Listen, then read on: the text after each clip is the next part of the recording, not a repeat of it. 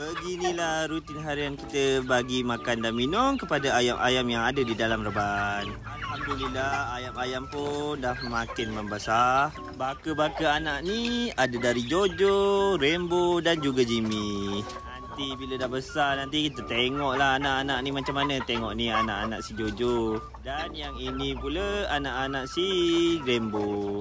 Ini dia tanggungjawab kita nak bagi makan dan minum kepada ayam-ayam ni. Tengoklah tu, nampaknya ayam-ayam ni semua kelaparan. Video ni pun kita terpaksa cepatkan. Kalau tak, lama jadi video ni nanti.